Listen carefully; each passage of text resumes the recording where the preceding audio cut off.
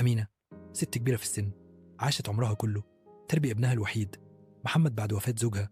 كانت بتشتغل خدامة في البيوت علشان تأكله وتشربه وتعلمه، وفضلت تحرم نفسها من كل حاجة علشانه. كبر محمد واتجوز وبدأ مشروع صغير فشل، واتراكمت عليه الديون.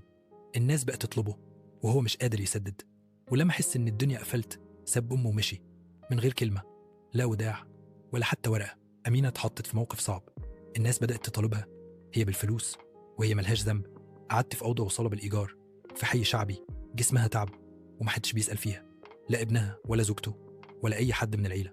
لكن الدنيا ما بتقفش عند الخذلان، في عز وجعها جيرانها حسوا بيها.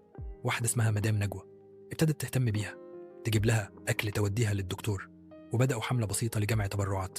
المفاجأة إن ناس غرب شافوا حالتها على فيسبوك وتأثروا بيها جدا، لدرجة إن واحد دفع ديونها كلها، وواحدة تانية قررت تبعت لها فلوس علشان تعمل عمرة. أمينة راحت عمرة وعيونها ما نمتش من الدموع، مش علشان زعلها على ابنها، لكن علشان فرحتها بكرم ربنا اللي ما نسهاش. رجعت ولسه محمد ما ظهرش، لسه مش عاوز يواجه بنت، بس هي خلاص قلبها ارتاح وقالت أنا ما بقتش عاوزه حاجة من الدنيا، كفاية ربنا عوضني بناس ما بيني وبينهمش عيش وملح، بس حسوا بيا أكتر من دمي.